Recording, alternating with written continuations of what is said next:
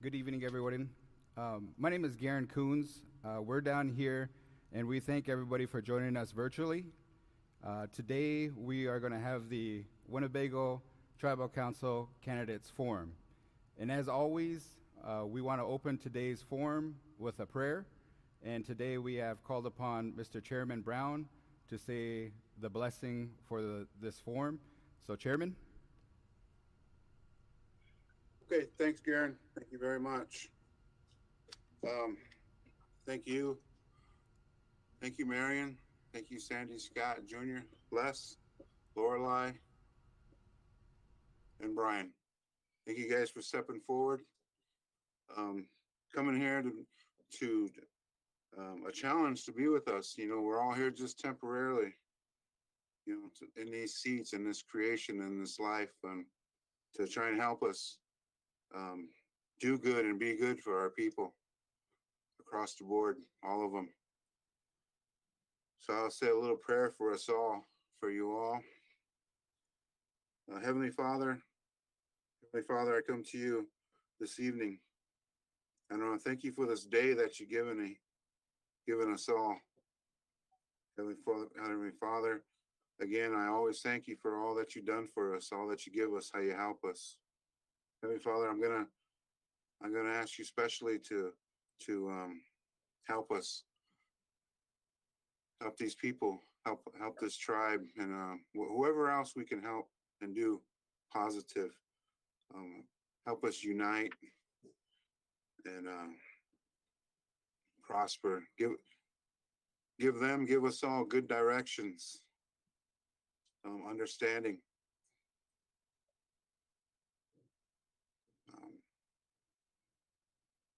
And I look forward, Heavenly Father, how this turns out. I look forward to who I am talking with tomorrow. If you give me that tomorrow, I look forward to talking to these two people that will prevail tonight and the others. So with that, Heavenly Father, thank you for this. Again, thank you for this day you've given us this evening. And I thank you for always being there for us and all that you do for us. I look forward to being with you all the time. Thank you. Amen. Have a good evening, people. God bless you. Thank you, Chairman. And for those folks that have never been a part of a candidates forum, this is kind of the format that we're going to do here today. Like I said, my name is Garen Coons. I'm the communications officer for the Winnebago tribe. I'll be moderating some of the questions, and appreciate the candidates for joining us here today. And one of the things that we wanted to do is some of the students from Little Priest Tribal College had some questions that they would like to ask the candidates and their thoughts. And we'll have a 2-minute time limit for the candidates we'll ask the question, and the candidates can respond to that question in a 2-minute time frame. After that time frame of 2 minutes, then we'll go on to the next candidate. And we'll start in alphabetical order with Brian Chamberlain, and then we'll go to the next person. So the next question number 2, will be in alphabetical order. So LORELEI will answer question number 2. She'll start that one off, and then we'll just kind of proceed from there. At this time, we are going to have introductions by the candidates. And so a 1-minute introduction, just your name and just whatever you wanted to do as far as a welcome. And so Brian Chamberlain was on, and it looks like he jumped off. And so we'll start with LORELEI DECORA. LORELEI, if you would, give us your introduction, and we'll turn it over to you. Okay, I want to say thank you to you young people that are helping us with this technology. Garen and Cassie and the others that are helping, thank you, so that we can safely speak with our people about why we want to be considered for their vote. But I'm LORELEI Hope DECORA, and I like to use my middle name because my dad wanted me to have that. And I really do believe that that's my job in this life, is to bring hope. And professionally, I've been a registered nurse with a Bachelor of Science in Nursing since 1986 from South Dakota State University. So my whole life so far has been around half of our Indian people. Thank you. Thank you, Lorelei. The next up will be Marian Holstein. Marian, we'll turn it over to you. Ampihije, Wachangara Hingaide. This is a good day. My Indian name is Winnebago woman, and my Anglo name is Marian Holstein.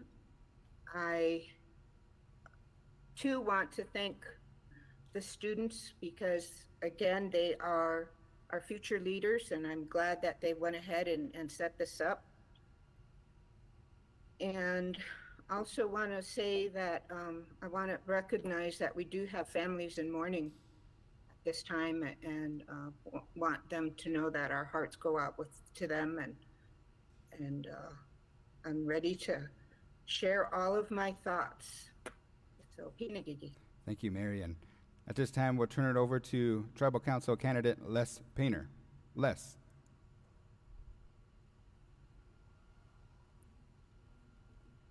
Can you hear me?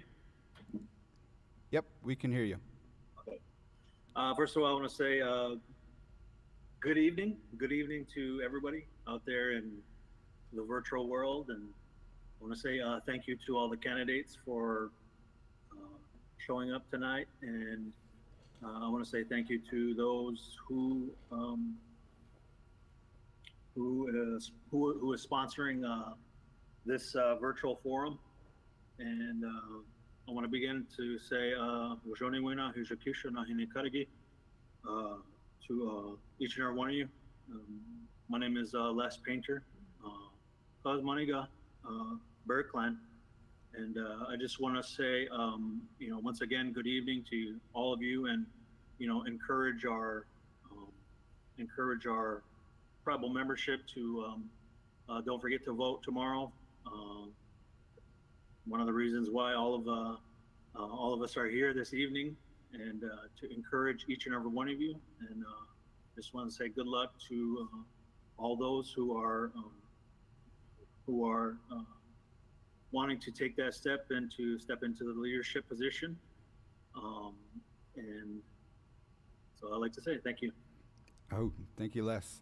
This time, we'll turn the floor on over to Sandy Scott. Hello, everybody.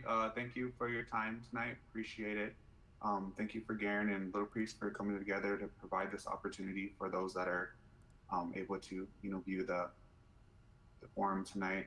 My name is Sandy Scott. I'm a part of the Wolf Clan. My parents are Sandy R. Scott and Gwen St. Cyr. Some of my credentials are I have Associates of Arts from Liberal Arts from Little Priest Tribal College. I am currently pursuing my Bachelor's of Science for Business Management at UNL. I am a few courses away from receiving my bachelor's degree. I advocate for education, although education is different for everybody. That is one of my platform topics. And, for those that are mourning too, we're out there for you, thinking about you, appreciate you, and praying for you. And, good luck to everybody as well. And I encourage you to use your vote, do your research, and we hope to see you at the polls tomorrow, and look forward to some great discussion tonight. Thank you, Sandy. Brian Chamberlain, I noticed that you jumped off, but Brian, are you on? Yeah, I'm back. Okay, the floor is yours. Introduction. Okay, good evening and good afternoon, everybody. I want to take this opportunity to thank everybody that had a hand in putting this together so that we can give the tribal membership and those that are able to vote the ability to see what we are all about. For most of you, you already know me, but if you don't, my name is Brian Chamberlain. My previous experience with the Tribal Council is I was the treasurer and the vice chairman, and I have also served 3 different times. And without much ado, I'm ready to go. So let's move. Thank you, Brian. And we appreciate all their time and effort for every council candidate that joined us here this evening.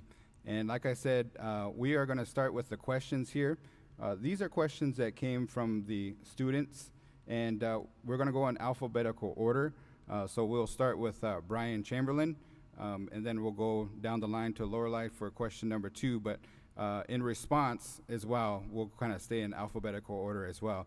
Candidates, a reminder, you'll have 2 minutes. There is a timer displayed on the GoToMeeting app that you'll be able to see just to time yourself out. So with that, we'll go with the first question, and here's the first question. As students, we notice the division in Winnebago. How will you work to unite our community? Brian. Okay, thank you. First of all, that's a great question, and to get right to it, the main thing that I will push forward with this is to where we give the tribal membership the ability to speak, and to where the government no longer holds the voice of the people hostage. If the people speak at an election in October, that election should be honored. It shouldn't have to be redone. It shouldn't have to be re-put forward. The ability of the people to make a decision every year is not something that we should ignore. So how do we begin to heal the division? We begin to do that by providing information, and that is the information that people want. And we don't hide it. We don't make it harder for them to receive that information. We actually make it easier in all the ways that we need to. And so while there are quite a bit of other aspects and details of this question that I'm sure we could get into, my initial response into this is provide the people the ability to use their voice and give them what they ask for. Thank you. Thank you, Brian. LORELEI. I think that the best way to prevent division is to be really open and honest with everyone. Any kind of issue, any kind of concern, you should always answer what the people ask of you. If they have a question and they want to know the facts, let's give it to them. Because it's the lack of information that causes division. The lack of truth and facts causes division. So that's what I believe is open lines of communication. And if I ever get asked something, I'm going to tell you, I have always been straight up my whole life. So that's what I think. And I think it's, it also takes a great love of the people to do that. Thank you. Thank you, LORELEI. MARIAN. Well, it's obvious there is that division, which really makes me sad because, you know, we are people of the Longhouse, and we are supposed to embrace that great law of peace, which has guided this country, the United States of America, for a long time, although they may not, they really don't understand what it is. And we need a better way to find out what the people want. We're always saying, let's do what the people want, but I don't think very many of us right now know what they want. We don't surveys.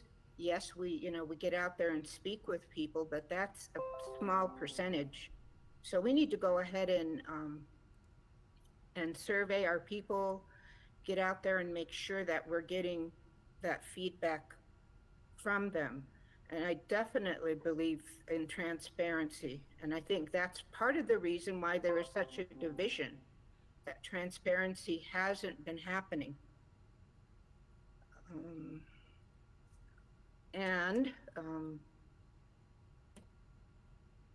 I think just getting us back to being Ho-Chunk people and making sure that we care for one another. Everybody makes mistakes. Everybody has problems. Our people are suffering enough. You know, when things are happening, it's for a reason. And it's usually, you know, an emotional in emotional and trauma-induced causes that we're acting this way. Our whole community is suffering from that trauma that our ancestors suffered, because it's in our DNA, it's been proven. So we just need to work on it some more. Hinagigi. Thank you, Marian. At this time, we'll turn our attention to Les.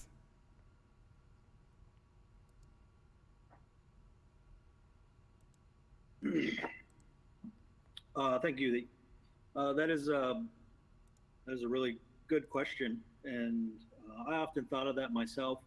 Um, I've always been, I myself have always been,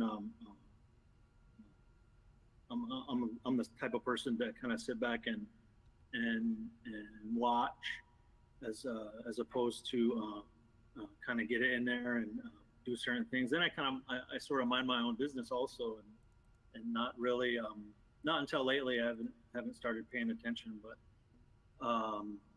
to what is taking place in our community. I've always thought that there's a lot of factors that play into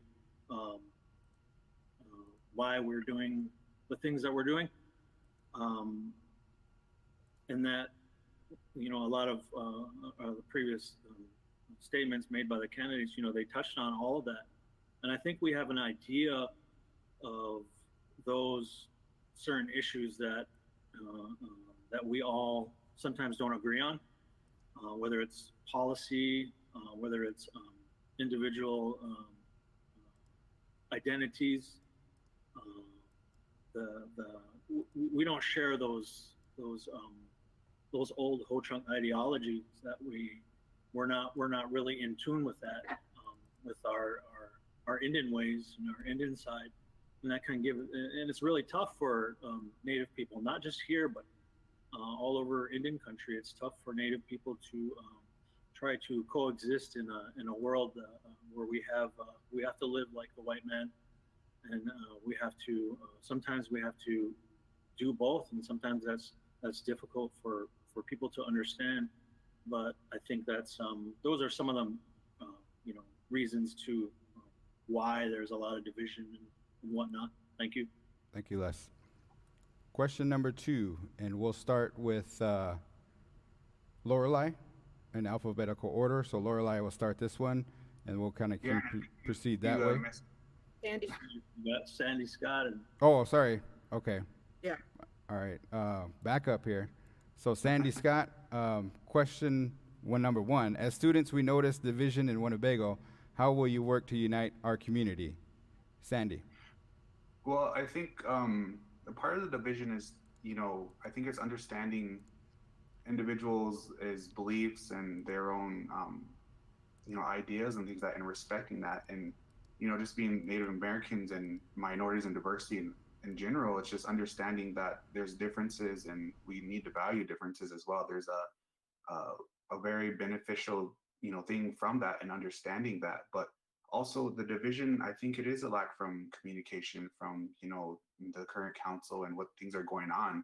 And, you know, they might not know how to communicate those things out to the community so that they know what's going on. But, you know, I think we need to start focusing more on a collective based approach to different codes, codes and laws and the things that we have going on in our tribe, and include that collectivism and include the community's input into those things with the surveys. And, you know, with the election code, you know, that's something that I think not only the council should be able to, you know, say what should go and what shouldn't, but also getting the community's feedback into, you know, what we should write into that code, because ultimately we are serving the people. And once we minimize their voice or take away their perspective or feedback, then, you know, it comes kind of a dictatorship. But I think, you know, just in valuing their feedback and having that open conversation consistently and openly, and considering that, I think that, you know, will always, you know, it will minimize the division. And I feel like division will always be there, but it's just kind of how we handle it and how we process it and how we go forward with that is what really matters. Thank you, Sandy. Question number 2, we'll start with LORELEI. Here's the question. The current enrollment moratorium affects all of us. What is your stance on this issue?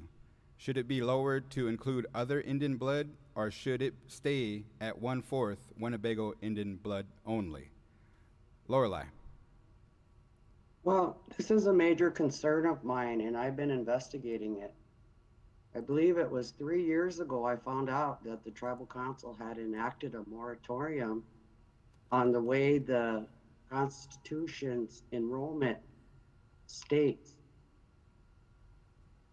And I went in and addressed the tribal council, and I said, you don't have the authority to put a moratorium on any aspect of the Constitution.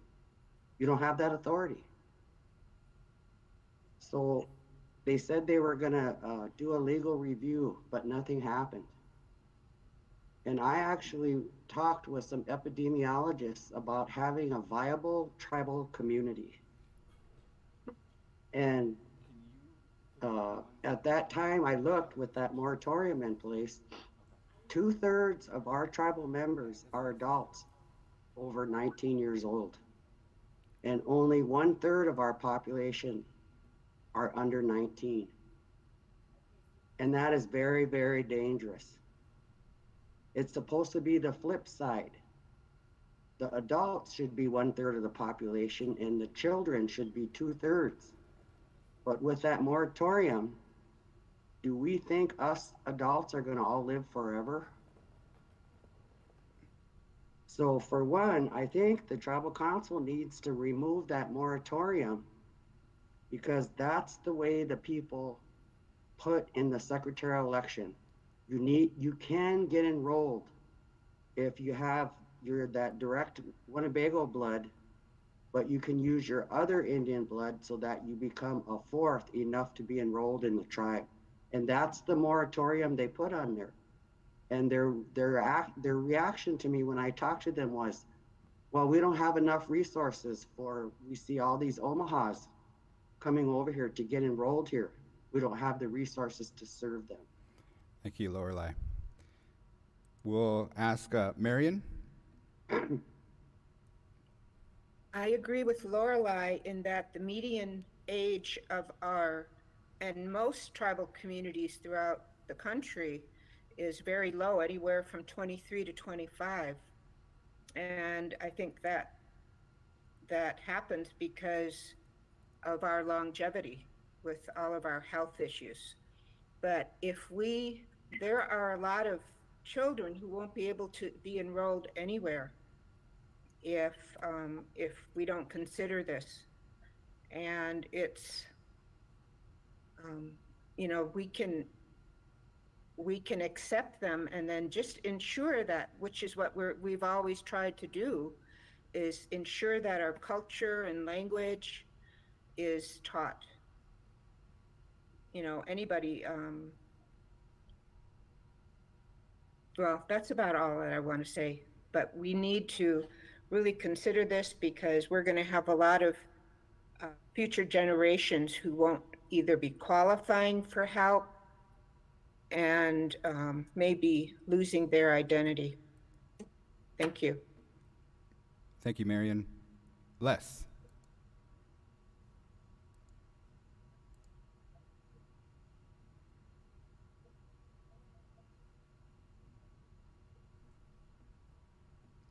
Les, are you there? Might be on mute.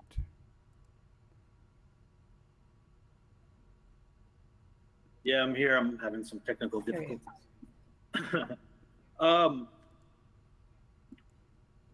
It must have been in October. Actually, we've been looking at it for the past couple of years now, as far as the enrollment. And I did submit something to the tribal council sometime last year about what is taking place with our enrollment. It was a proposal that myself and a couple others in the community were looking at it. We're at a point right now where I believe we're at that 5th generation where they're starting to they're starting to, I guess, in numeral, the fraction is they're starting to weed themselves out of existence as far as what the government says for being a federally recognized tribal member. But what we would want to do is, what I would want to do is probably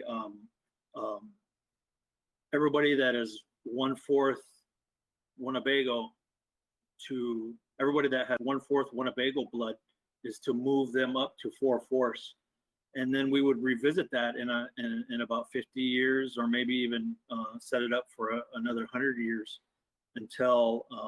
But what that would do is that would increase it would increase our numbers, but it would give us the opportunity to.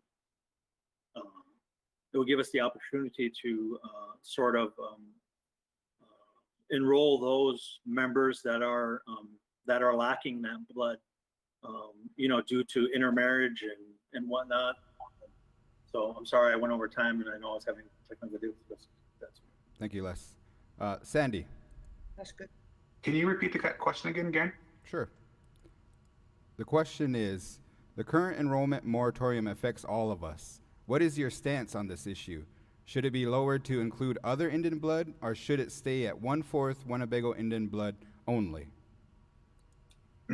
So this is a topic that's always been, I guess, kind of discussed in these years, and it's really complex, and I think it needs to be better looked at. And like I said previously, we need to get community feedback on that, because I feel like even as the tribal council, I don't think we should be able to say to set what limits a person to be a Winnebago tribal member, but also the committee as well. That needs to be open to the public to see how they're discussing those types of things, but also reviewing other tribes and seeing how they're managing the enrollment and things like that. Because then eventually it just comes down to how does one define who's enough Winnebago, and how do we get to decide who gets enrolled and things like that? Because there's so many more factors that come into being a Winnebago tribal member than just the blood quantum.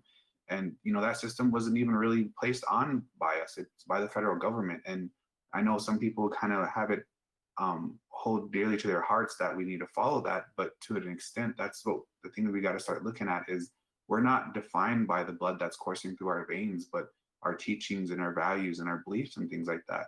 So I honestly couldn't sit here and say this is the way we should go. It needs to be more of an open communication and a more discussion, so we have that with the community and as a group. Thank you, Sandy. Brian Chamberlain. Okay, thank you, Garen. The way that I take the question is actually in two pieces. First, the statement that the moratorium is actually in violation of the tribal constitution. What the people voted on in the last secretarial election, thereby making it constitutional law for our tribe, is being violated by the moratorium. So when I took this issue up in the short term that I got to fill last summer, we moved it forward to the point of where we understand that we have to modify our constitution in order to change what we need to in relation not just to enrollment criteria, but also some other things that would benefit the tribal membership as well. To my understanding, because I did not win the election last October, that issue has basically fallen dead. And so to state the first part, the Constitution is being violated as we speak because of the moratorium, and I don't agree with that. The other part is placing quantum versus the moratorium, meaning that so no one has any ambiguity about my stance. I believe in strict lineage. If your parent or parents were, then you are. And the reason why I believe that is because I know factually the base roll that existed back in the 1920s and 30s when this was being put together has errors on it, and it has serious errors on it.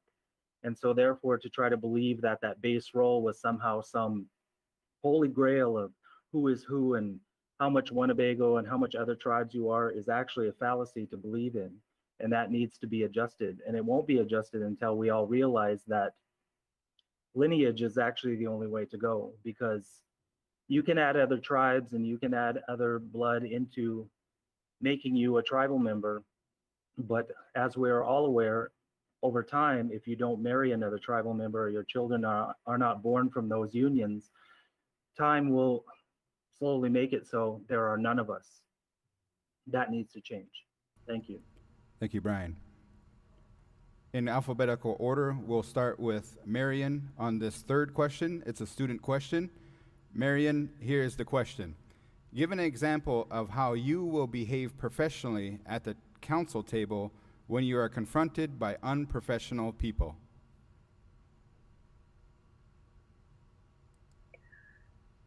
Well, that's a good question, and I think it's one that doesn't only go to tribal council, but should be addressed to all of our committees. People mostly are exhibiting stressful behavior because they're not either being heard or they're not getting the services that they need. So I think we need to go ahead, first of all, and make sure that our programs are providing the services that that they're receiving funding for, and to do it in an integrated fashion, because excuse me, a service isn't only doesn't meet the needs of just one facet of their problem. Usually it's we need to approach it in an integrated manner, so that if their alcohol or drug abuse is a problem, that we support them with services there. And then they're also going to need services for housing and for education and employment type of training. So so I would just try, I remember Donna Vandell, I was trying to talk to her about some problems of the council once, and she said, Marian, you always respect that table. And sometimes I do have a lot of respect for the council and our sovereignty. And I'm still, you know, I'm mature, but I'm still learning. So I'm willing to learn a lot of different things. Thank you. Thank you, Marian. Les. Oh, well, and I guess it depends on, in certain cases. I've been a supervisor, and I've been also in on and off the reservation jobs, and in dealing with customer service. And you know, it's a case by case basis, because once again, you don't know the mindset of, you know, the person that is being unprofessional, or what you consider unprofessional. You know, you would probably analyze it and do your best to hear their concerns, and try not to react out of emotion, and sort of possibly what we was taught is to, you know, ignore the whether they're, you know, irate and cursing at you or whatnot. Try to ignore all of that and hear their concerns, and then give it a little bit and decide whether or not, if you want to have a, you know, re-engage and talk to the person, or ignore it all altogether, and refer them to somebody else that's you know, better to meet their needs and their concerns. And that's what I usually do in most situations. You know, I try to, you know, I'm not perfect, but it's I haven't had that in a while, you know, just for somebody not wanting a shirt, you know. But that's just you know, those are just things that, you know, I've come across in my experience about dealing with that type of thing in a professional world. Thank you. Thank you, Les. Sandy. Well, especially when you're talking about different ideas and topics that are passionate about you, emotions can, you know, run and get you heated or frustrated, and you might, you know, blurt things out of frustration. But I think it comes back to communicating with each other and understanding okay, why is this person upset? You know, what are the solutions? How can we get this solved? You know, is it just a venting? Those are things that we need to understand. But I also think it comes back to us as council members too, where you got to understand that we're leaders, and yeah, this might be a stressful position, and sometimes things might arise and we get stressed ourselves, but we got to be composed and we got to keep our emotions in control, because ultimately we are representing our people and our families and the tribe. And when we lash out onto our community members or our own tribal council members, that's setting a precedence, and we need to be better than that. And so I would suggest maybe maybe when new elected council members get on, we have to go through some kind of training. Maybe some people don't know how to keep their emotions controlled when those situations come, but being a council member and a leader, that's something that is a characteristic that you must have. You can't act out of emotion. And I'd be on board with some kind of training or orientation that includes those types of things. Thank you, Sandy. Brian Chamberlain.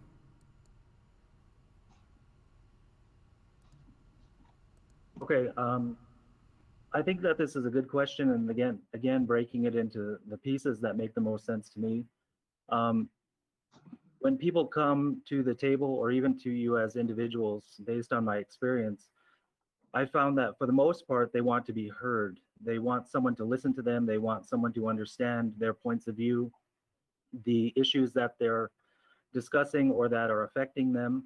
And that's something that I definitely have absolutely no problem doing. I've done it several times in the past. And then because of the fact that I am also a politically experienced person, you also learn how to understand when somebody's there basically just to be mean to you.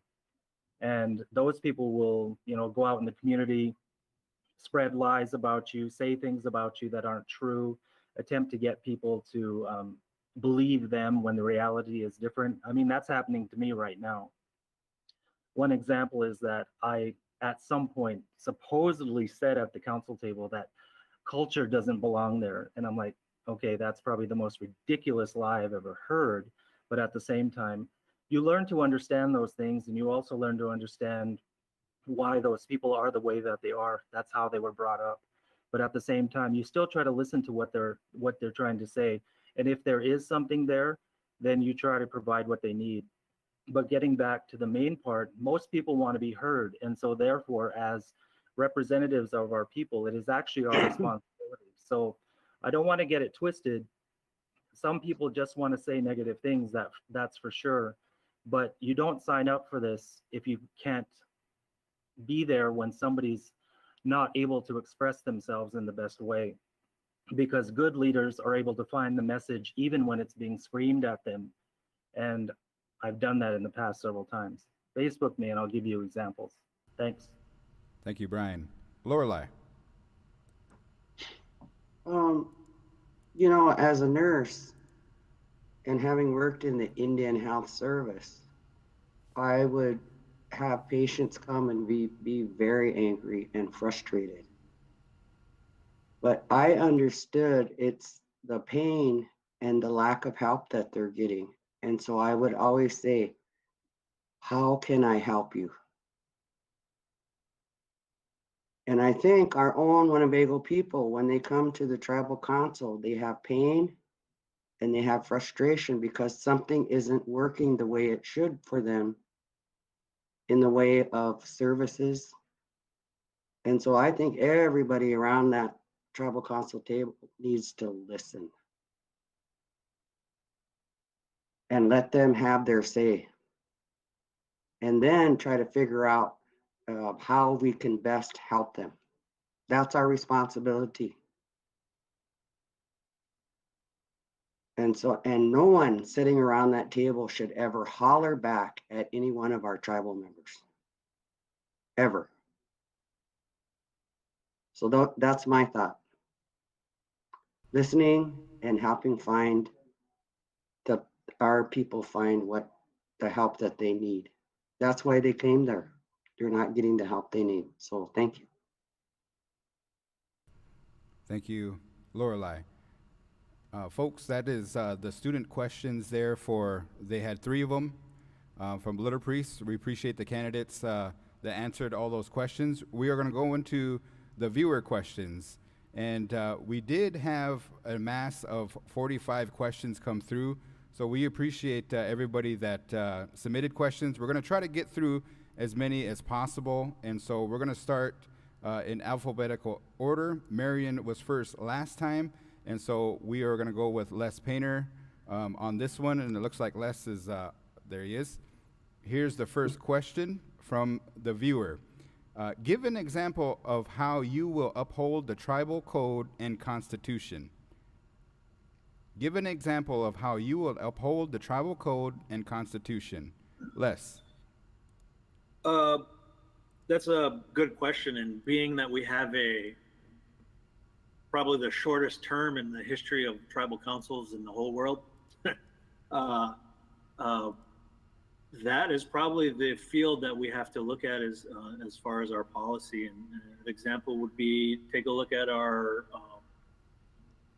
drug policy.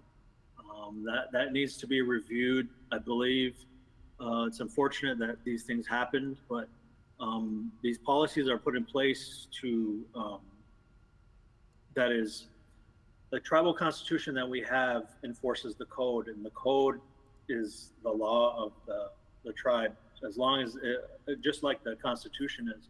So there is a section in there for a drug-free workplace, and being that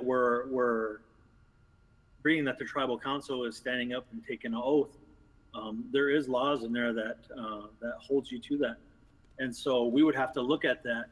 But being that you're doing all of the, the drug testing and everything like that after the fact that you're, after you're elected, I believe those should be doing it. You should take those while you're a candidate and do those before, because that's what we have to do when we're hired for a job. And the drug testing policy needs to be statewide. It is statewide, it's mandatory, but it has to be tribal-wide. Organizations in every tribe, in our tribe, organizations in our tribe needs to have that in play if we're going to do that at the highest level. Though that is an example of what we could do to prevent things like this happening, is probably some of the policies that we can probably take care of and hopefully fix it. Thank you. Thank you, Les. Sandy. Well, I've been reviewing the documents, and there's several documents I still don't really have to get a complete understanding of everything. But with me being in my term, I would become more familiar with those documents. But the documents that I did have access to, I was just kind of cross-referencing with each other, and I noticed there's some inconsistencies, and I think that's something that we need to work on together as well, is to make sure there isn't roadblocks and this document says one thing and another document says another. That's where we get into situations and get into confusion, and then we start making motions to create new policies, new just things like that. And I think we have to review that. But also, I think having those documents right by our sides constantly in our offices, even when we meet at the meeting, so we can reference those, that's something that we need to know like the back of our hands. We need to know that what we're following, because ultimately if we don't have that guide, then we're just kind of going along as we go and making up what we need to would benefit us at that time. So that's kind of what I think. Thank you, Sandy. Brian. Thank you, Garen, and for whoever answered or asked this question. One of the main examples of where I will uphold the code and the Constitution in the ways that they are actually congruent with one another is when the people speak, I will do everything that I can to make sure that they, in their voices when they do speak, such as in an election, that voice is upheld. Because even where we are sitting today as candidates in the special election, The people were not given the opportunity to vote for everyone that they wanted to. Was taken away from them, and that is not supported in tribal law. The mentality that you can make things up as you go along is not something that I support. If you make a decision and there is a gray area, it ought to be supported in tribal law. And those are the things that I definitely will work to continue to do and make sure that we don't deviate from, because when one rule is removed for one person or one group, then all of them lose their effectiveness and their meaning. One individual should not be treated differently than the other. And at the same time, that shouldn't go in a negative way, meaning that a rule should not be held against somebody, but not everyone else. And so the inconsistent factors are the things that I don't support. Actually making decisions based on tribal law, not necessarily just individual opinion. Those are the things that I have shown in the past, that I can prove in the past, and that what I will continue to do. One thing that we definitely need to get into in these last 20 seconds, however, is making sure that everybody has the ability to vote. I can't think of a less untribal thing to where your residency determines whether or not you have a say in your tribal government. It's time for that to end. It's 2020. Let's move on. Thank you, Brian. LORELEI.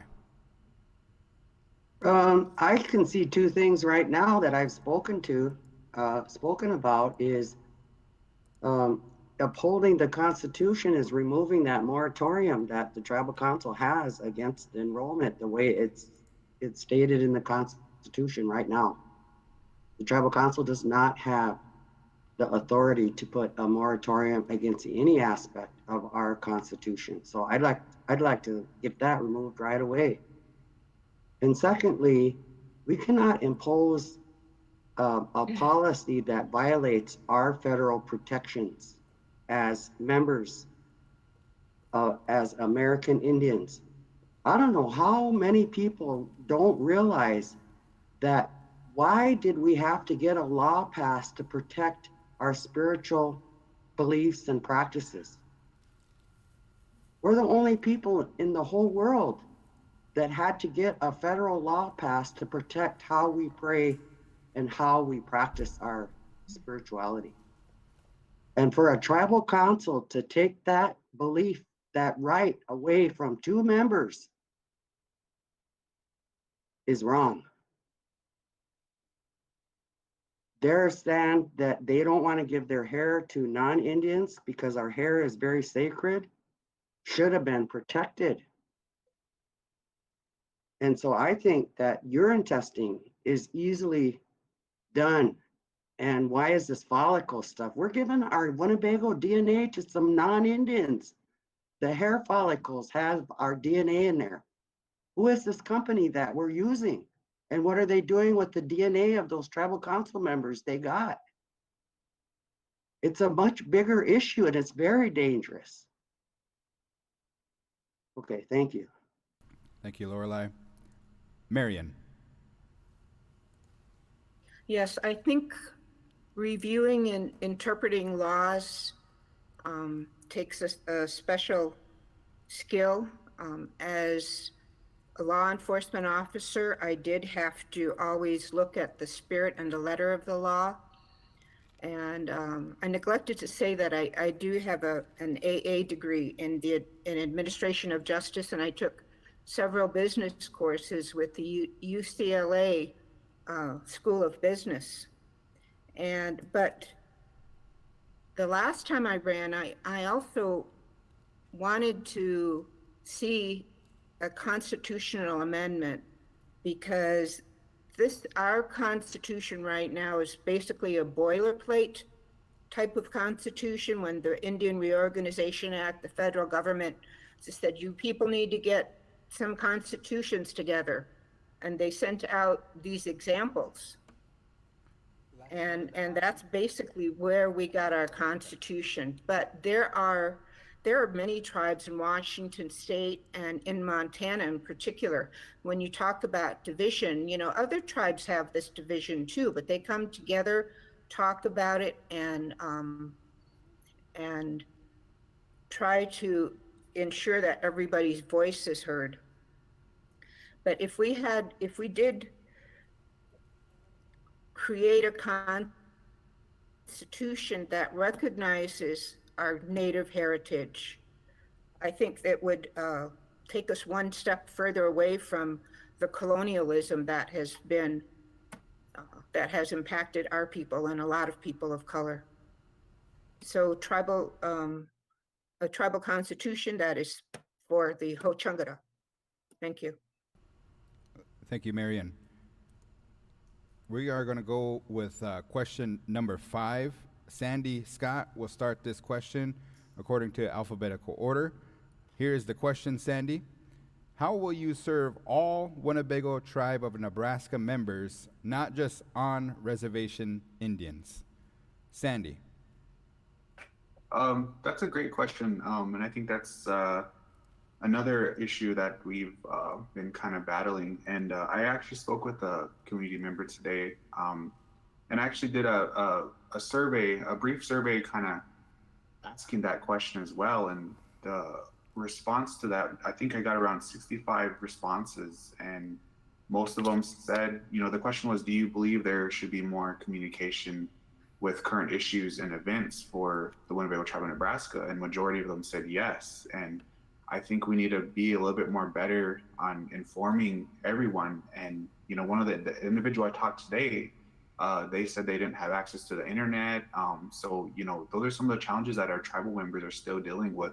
And it's our responsibility to get that word out to them, to show them that, you know, these things are going on. And, you know, they suggested to use the newspaper more and those kind of avenues. But I also thought too, you know, if I know the whole off reservation voting is not going to be fixed in this, you know, 3 months term, or, you know, might take a little bit longer than that. But, you know, we still need to value off reservation tribal members' voices. And, you know, that could be fixed through creating a position for a off reservation liaison. So it's a responsibility to communicate that to people, communicate to off reservation people, to make sure they're getting that information. But also, you know, to make sure everybody's voice is heard, I want to push for policy that is based on collectivism, that is everybody involved, and that the community has a chance to express themselves in the things that we're doing, and have quarterly meetings where the council will meet with the community for a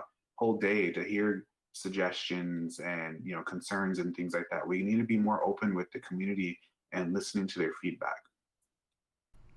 Thank you, Sandy. Brian.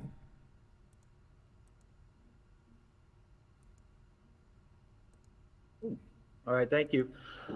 Some of the things that come to mind right away, because this would be an extremely limited amount of time, is to continue the push for the secretarial election, which gives the tribe itself the ability to amend its constitution. Now, I want to be clear with this. Some people were throwing around the fact that they would not get to decide this. A secretarial election requires all of the tribal membership to be notified and being given the ability to vote yes or no on whatever is being asked. And because the change that we have to make to our constitution requires this, I think that in the short term, this is absolutely and definitely something that we can do, because not only will it affect the enrollment issue that we touched on earlier, but also the voting issue that I think needs to be moved forward in a larger sense. Now, whether this happens with me or not, I think it's time for us to start including all tribal members in the ability to say who governs us and how they do it. Because without that ability to vote, we are keeping our relatives silent, and I do not support that in any way. I know some people will say that, well, they don't live here and whatever else, but the way that the Constitution was written was in the terms of the time that it was. It was difficult to even go to Sioux City at that time, but now several people do it even today. And the other part of that being where technology is available to us, because we're having this meeting via that technology, there are quite a few tribal members who will never see this. And we have to be able to understand that their voice is just as important. And I want to make sure that every level of communication is afforded. And this is only done through effective planning. That's something that we do not touch on a lot, because the tribe without a plan plans to fail. And right now, that's what we continue to do. We are failing our tribal members. We can do a whole lot better. And that's what I will work on in the short term. Thank you. Thank you, Brian. LORELEI. I was thinking about this past year because um, somebody at the tribal council table was questioning why we have a program under the health department that serves up in Sioux City. And that individual at the tribal council said, why do we have that program up there? There's no Winnebagos in Sioux City. And so I called enrollment, and there's actually 456 enrolled tribal members living in Woodbury County, which is Sioux City. That doesn't even include how many of our tribal members live in South Sioux, which is Dakota County. And every one of those tribal members they should have services that are here on the reservation. They should be able to have services. And they should have a vote. So I believe it's gonna take a secretarial election. And I think we need to move forward with that so that all members, because they get to vote too when it's a secretarial election, which changes the Constitution. So I believe that we do have that many tribal members who don't even have a voice, and they don't even have the services we have here. So those are our relatives, our loved ones. So that's my thinking. Thank you, Lorelei. Marian. It's true. 4/5 of our enrollment live off the reservation. And I've always, that was part of my platform the last time, because they're our relatives and we totally, not totally, but oftentimes we exclude them from any services. The Ho-Chunk Nation set up clinics in Chicago, in Minneapolis, and in Denver so that they could serve their people. And that was a great use. And then from there stemmed other social services. So that's a model that we could follow. But we're going to have to be able to make sure that we have those funds there. There has to be accountability and funding. Right now, I don't know that we have a clear picture of any of our what our enterprises are doing. And I think that is part of how we need to communicate with each other. It needs to be back and forth. If we're going to go down this path together, nothing can be withheld from anybody else. We need to have a full accounting. And I liked what Sandy said about communication, because communication isn't just come by just talking to one another. It's an art form. And I liked what Les said before about being able to, sit down and talk with somebody, and that question about unprofessionalism. We need to realize, and, as a supervisor, I too have had many times had to sit down and speak with somebody. And at the same time, I've tried to speak with supervisors and it's just gone in deaf ears. So communication is key. And yes, let's serve our people off the reservation. Right now, we've got about 2,400 children in schools that are off reservations, and I'm trying to find a way to make sure we serve them too. So they're our future leaders also. Thank you. Thank you, Marian. Les. We've often looked at this very situation that we have here. A lot of it, and I know a lot of the past tribal councils have maybe even thought of it also. But it would have to start with our constitution and trying to revise and really sit down and think about the ways that we could include tribal members that live off the reservation. We've even we're already to thinking, when we sit down and we plan, certain events for our community, we think of our people that are off the reservation and how we can get those people to come in.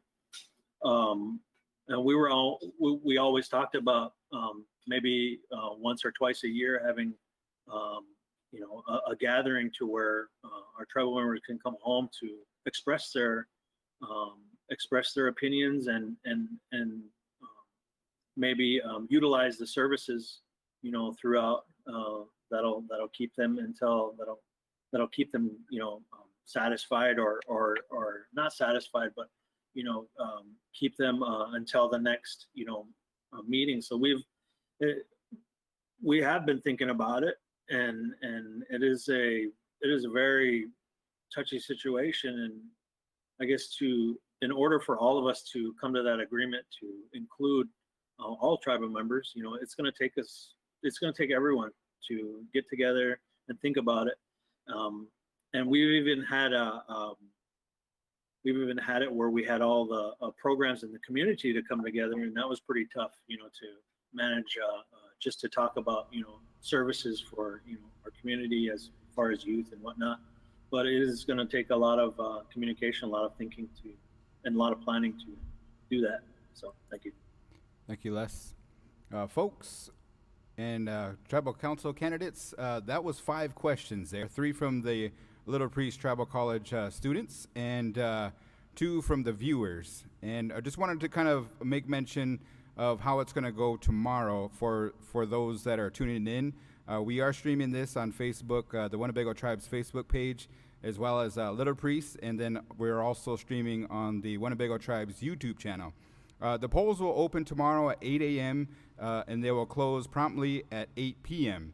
The top 2 candidates will be posted normally. They usually post them in front of the Blackhawk right there in that big window, and then we'll also post the results on the Facebook page. The Tribal Council will have a meeting promptly on Thursday morning around 10-ish. And then also, for those who are wondering, tomorrow masks are required in the polling area. There will be 2 voters allowed in the gym at all times, and then also the CHRs will be doing screenings outside the area. If there's elders that need special assistance, please notify the CHRs, and they will notify 2 clerks, election clerks, that will help them with that process and to make special arrangements on that. We hope that the Winnebago eligible voters get out and vote tomorrow. So with that, we're at the top of the list in the alphabetical order. We're going to continue on with question number 6 here, and Brian Chamberlain will start us off. Brian, here is the question. With drugs being a major problem in our community, given the opportunity, how would you take action against this terrible situation?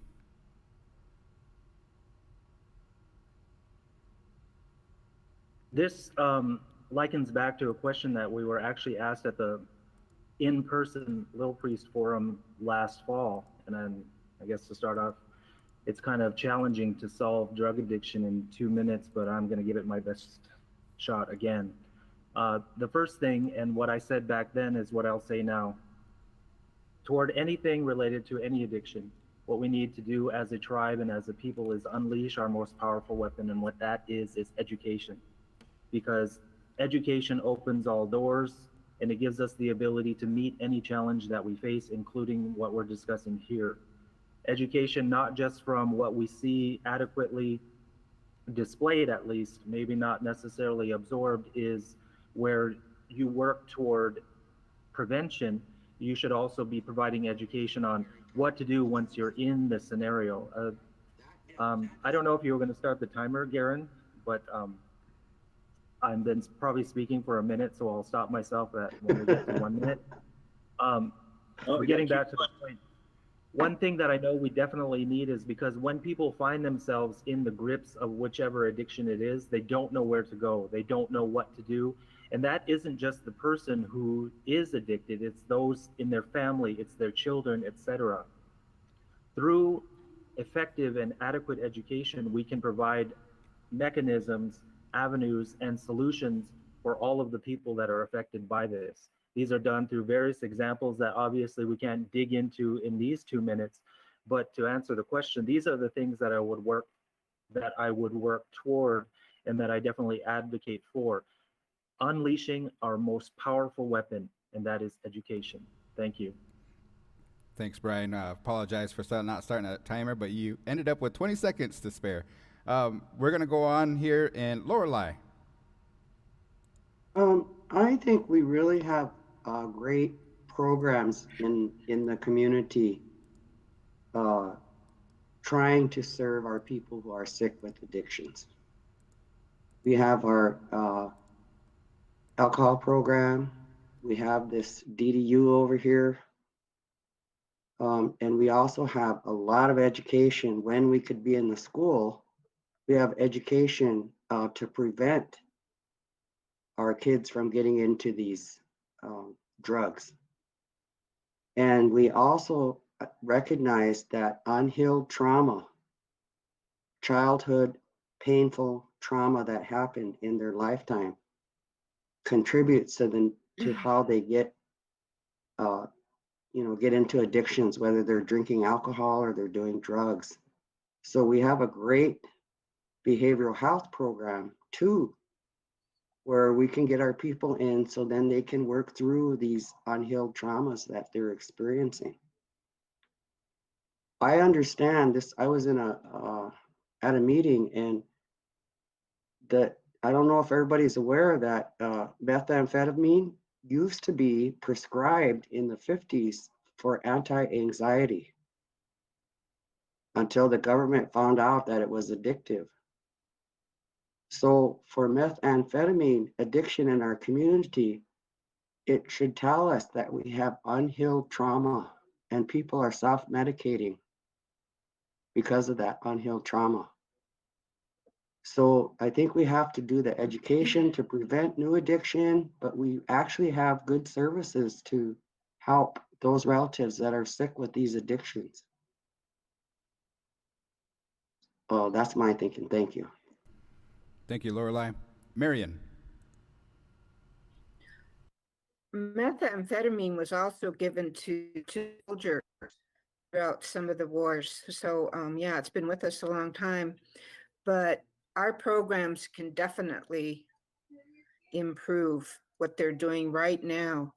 And I kind of defer to my sister LaDonna, who's been a leader in the community in getting treatment, getting the most up-to-date treatment.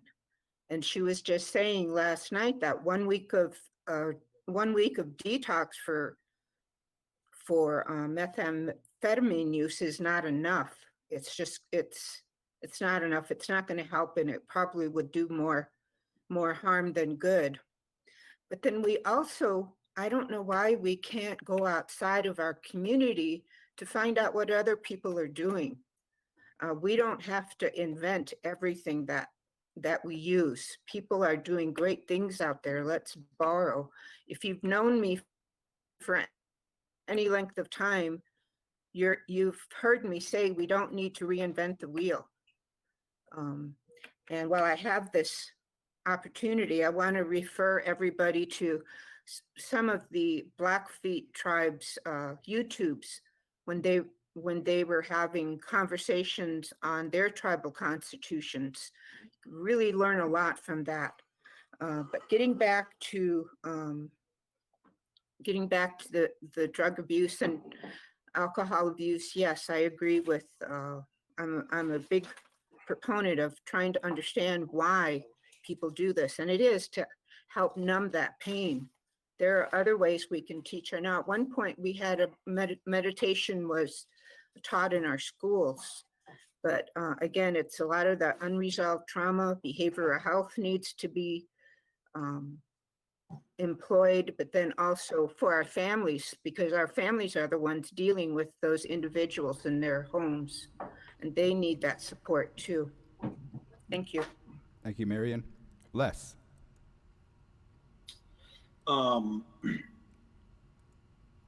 In the things that we do in our program, we try to identify, in this case, we're talking about drugs. So we're trying to identify the certain things that we're trying to prevent. And we look for the tools that and we research for the tools, and if we already have those tools, then we'll utilize those to help us. But one of the things is we just got to identify what it is that we're looking for as far as these major addictions that are being that are plaguing our tribe. And we used, at a certain time there, we used to be a part of the meth suicide task force, and in there we've had a lot of programs from the community that we started focusing on prevention and intervention. We started focusing on the kids that weren't using. We started focusing on those that aren't exposed to it, and trying to help those, because we'd rather protect those and put a bubble around them ones, as opposed to sitting here and putting out fires over here, putting band-aids here and there. We start doing that, and then we're going to get into this where we'll have all these things going on at once, and we won't know which one to focus on. Those are some of the things that we can help and try, and we are doing. But with this, and then, with the pandemic and everything going on, we kind of threw everybody in for a loop here, because now we have to refocus and try to continue on and all the things that we're doing. And thank you. Thank you, Les. Sandy. Well, I think, we currently have services and resources set in place now, and with what we have, I kind of like to do a lot of data analyzing, and I think that would be kind of one of our first steps, is analyzing and making database decisions, and just to reevaluate our services. Are services working right now?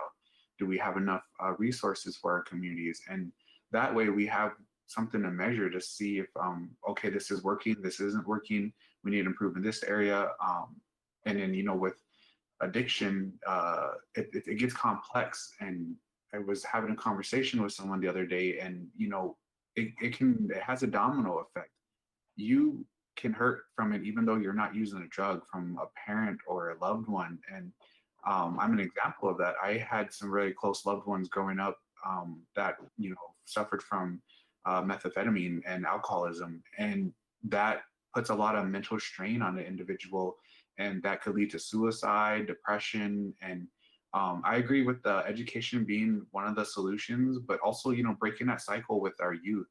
They become normalizing those types of things. They see those every day, and they think that's normal, and it's not. And I think that's something that we need to talk with our kids about and show them and be more open about it. But having that honest discussion with them, it's because we're going to have the same circle looping over again if we don't intervene.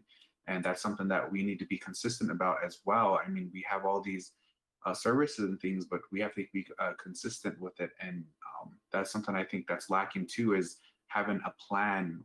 What is our plan for the next 5 to 10 years with substance abuse prevention? But that's my thoughts.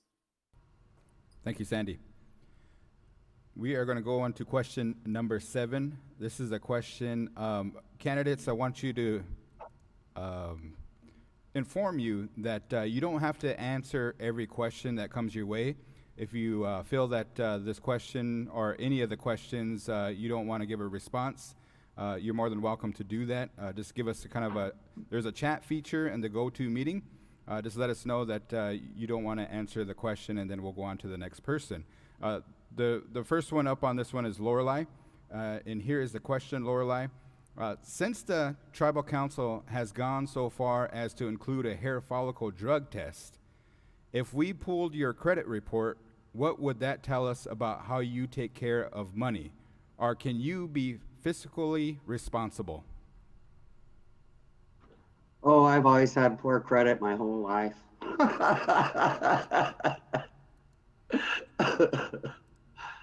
When I got divorced, oh my God, was my credit in the way down, getting to the center of the earth. But I've run a program here with the Winnebago tribe for 6 years now. never once ever misspent. And all the deliverables for those programs have been done above and beyond. I have to say that. So I think that I am fiscally responsible, and I think that I can be concerned about something I heard. I don't know if it's true, but is it true that tribal council members get some kind of a slush fund called some kind of fund where they get to fund it out to tribal members? I don't know. I heard that it's called some kind of fund. And I don't know how that's even legal, because all tribal revenue that is spent is either done through a motion, through budgets, or the people have a right to come to the tribal council table when they have something that they need help with. And then it takes a motion. Yeah, I know what they called it, discretionary fund. And I would like to know, is that true? Because if it is true, that's a slush fund and it can be used to buy votes, right? All right, thank you. Thank you, Lorelei. Marian.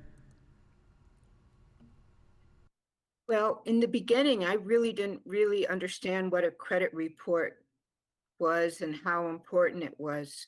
And we had that discussion between the tribal council and the school board, and we said we need to start educating our children about how to have sound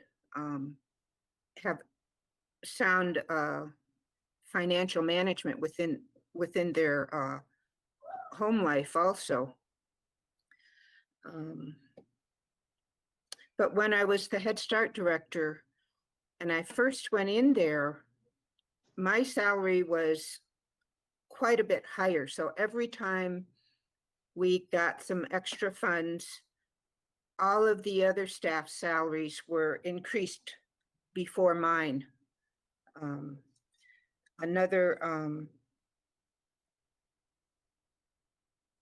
taking notes and my notes are so scribbly here, I don't see them. But another reason, when I was in the Head Start, we did not have enough money. And I was talking with my federal officer, Barbara Purnell, at that time, and I was telling her, Barbara, we need all of these things, but we just can't find the money for it. And she said, Marian, you need to get a 501c3. At the time, I didn't know what that was. So we used to have meetings with Donna, management meetings with all the directors. And I was focused on Head Start and learning that program. But I shared that with Donna and the other directors. And that's when they formed the Three Sisters. So, so again, just having that sharing of information. And thank you. Thank you, Marian. My 2 minutes is up. Les. Go ahead and repeat the question for Mackie. Okay. Here's the question. Since the TC has gone so far as to including a hair follicle drug test, if we pulled your credit report, what would that tell us about how you take care of money, or can you be fiscally responsible? That's a good question. We've actually thought about that's one of the things that I thought about doing for the would be my request to as far as pre-candidate. We already drug test when we're pre-candidates. That would be something to look at because we would be managing the tribe's resources.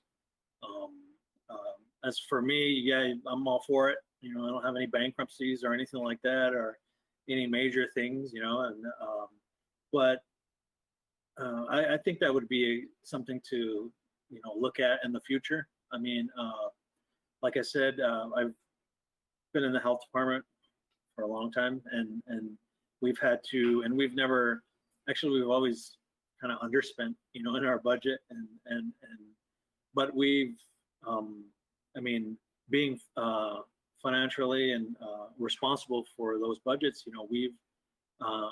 we've actually, an example last year is that we got grant funds that we were waiting for, and we knew that we had the funds because we kept our own budget, and we ended up finding out that the checks never made it through, and it was put into somebody else's account, and so those are, yeah, that's a really good question. I'm all for that, for future use for our tribal council members and people that are in those positions for that are in our positions, general managers and directors. I think that's something that we should look at more. That's a good question. Thank you. Thank you, Les. Sandy, I seen that in the chat feature. You wanted us to repeat that question. Did you still want us to do that, or did you get a handle of that? No, let's said it. Okay. Go ahead. I kind of find that a little, I don't know if I necessarily would base a credit report off on somebody to run for council, because the reason I say that is there's so many components that can come into affecting your credit score. And for example, some of us have to take student loans, and when we graduate, some of those loan expenses are really sky high, and and we might not be able to pay that, so that could affect your credit score. But you can be really good with your financial spending, money management, and things like that. So I wouldn't really base a credit score off of determining if a person should be able to run for council. But what I do think should happen is maybe, just like the drug test, there's a criteria to get on council. We have to complete one credit course over financial responsibility and money management. That's something that can be put into place potentially. But I do agree there needs to be some kind of education or knowledge of handling funding and having fiscal responsibility. And that's just one of my suggestions that I think we could go down the route, but that's just my suggestion on that. Thank you, Sandy. Brian. Thank you, Garen. First of all, I absolutely love this question, because to me, what it dictates to the individuals listening about this is what you would find in an individual's credit report isn't just how they've spent their own money and handle their own resources. It also means how they understand finances in general. Because right now we have people that have absolutely no understanding whatsoever of the way that finances work, meaning that they see the word debt and they automatically assume that that's a negative, when the reality is it isn't. Debt is actually a tool that you use not just to move you forward for various projects that you're working on, but it is also something that you can use to allow yourself the ability to use someone else's money, therefore not using your own. And if you're able to make the payments and those things shown on financial statements and other types of things that are produced in the financial world, without that understanding, without that ability to recognize what a balance sheet actually is, much less the information on it, you're not going to succeed as a council member, simply because we deal with money every day. And I'm saying that based on experience. I've sat there 3 times. So what would you find in mine? You'd find an excellent credit rating. And I'll leave it at that. But at the same time, it took time to build. And because we all have to learn what it is, we all have to understand how it is. I'm not just saying people should walk in the door and automatically understand, but at the same time, to sit at our council table, you have to have an understanding, because if you don't, somebody else gets to tell you what to do. And therefore, your decision-making isn't made by you and the people that voted for you, it's being made by someone else. And that is horribly dangerous. If somebody else can control your understanding of finances, your voice is given away. And I'm never for that. Thank you, Brian. We are on question number 8. We are going to start with Marian. We started with LORELEI on question number 7. So going in alphabetical order, here's the question, Marian. Do you think it's okay for people to sit at the TC table without experience or education? Why or why not?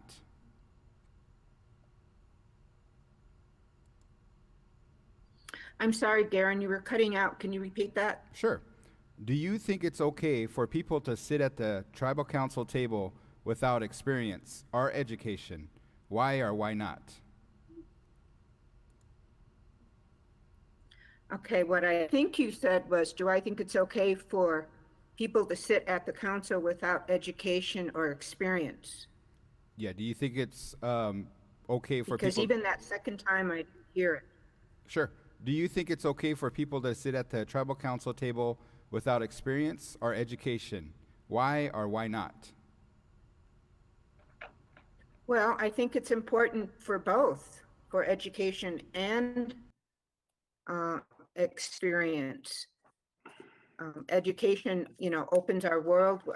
Brian was just talking about how we need to handle budgets and how we need to, be able to determine a profit, and those are the important information that is going to tell us whether or not we're in the hole, or if we have revenues. The other thing too is the experience of making those decisions. Part of my platform now was to get a data management policy, because as Sandy was saying, all of our decisions should be data driven. Not all of them, but the majority of them, especially when we're investing and when we're making decisions on programs for our people.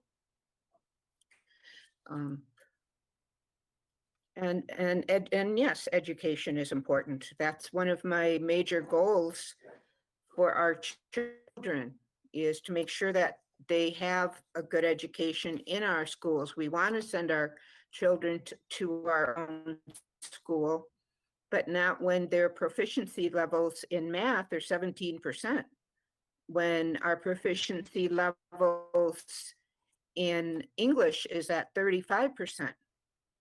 We have to do better for our kids, because they're the ones that are going to be sitting at that table. So yes, I have education, I have experience. I've learned a lot from a lot of different tribes during the grant reading process, and that takes a lot of analysis. And it's a service that I basically give to other tribes across the country. Thank you. Thank you, Marian. Les. I think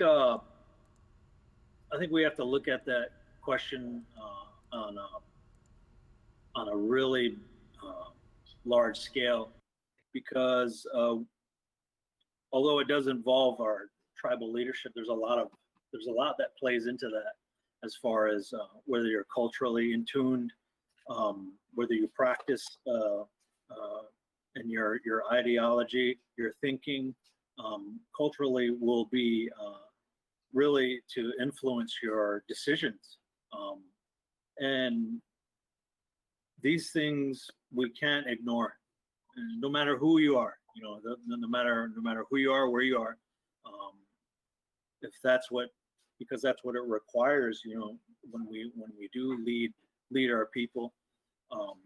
There's a lot of things that we have to do, both in our world and the Ho-Chunk world and our white man world.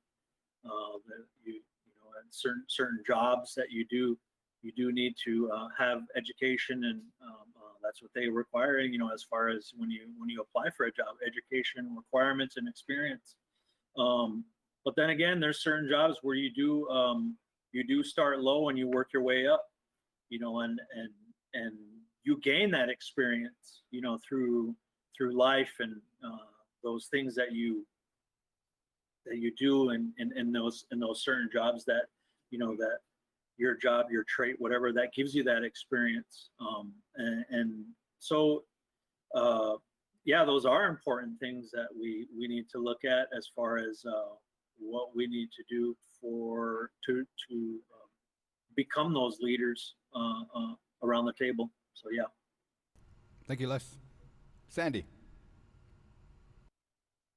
I also think it's kind of it's a hard question to ask I don't think it's really a yes or no question. There's a lot that goes into it as well. And the reason I say that is, some of our elders, they might not have had the opportunity to go to school or get an education, and but they're knowledgeable and experienced in the cultural teachings and practices, and that's authentic. That's something you can't learn from a university or a school. But also going to the other side, you need to be able to critical think. You need to think forward. Analyze things, right? And those are some of the methods and teachings that school teaches you.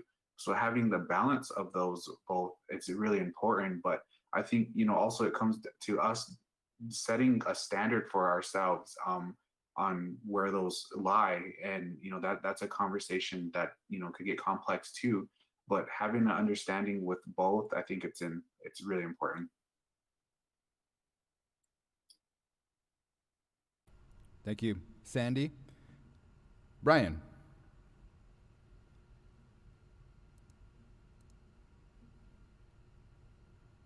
Okay, thank you. My opinion on this is actually going to be very consistent with one of the earlier questions that we were asked, and that's in regards to our law and our Constitution. And I asked all of those listening this question: why is there a difference between voting age and the age with which to run for this table? And the reason why that is because the framers of our Constitution at least recognized that experience was necessary. And because I believe that the combination of both education and experience provides a more potent ability of a candidate, and therefore a representative of our people, to determine for themselves what the best courses of action for our people are, I believe that it is required of both. You must have experience and you must have education. Now, that's not a detractor to those that are more inexperienced or perhaps haven't had the opportunity. It's really a call to action stating that if you want to sit at this table, then it is your responsibility to not only learn what our laws are, but also why they exist. Because it's easy for us to determine on our own and within our own families what we believe. But when we get around that table, we can't worry about just our own families. Actually, we shouldn't be worrying about just our own families. We need to be thinking about the tribe as a whole, because when we don't do that, and this goes back to the previous question, when we don't have the ability to determine for ourselves as representatives around that table, we give our voice to someone else, such as the example is, if you cannot read a financial statement, if you do not know what that information means, you are giving your voice to someone else who does. The tribe did not elect these other people, and therefore that is a huge disservice. So both education and experience are required, in my opinion. Thank you, Brian. LORELEI. Well, I believe in the best interests of the people of the Winnebago tribe, that the people that are on the tribal council, we should have experience and we should have education. Because our tribe has to survive in today's world. And I think it takes both of those to the greatest benefit of the survival of our Winnebago people, is to have those people that sit around that table have experience and education. That's what I think. Thank you. Thank you, LORELEI. This next question, we're going to start with Les, and this is question number 9. Les, here's the question for you. Question number 9 is, are you going to take the salary? It's a yes or no question. Les.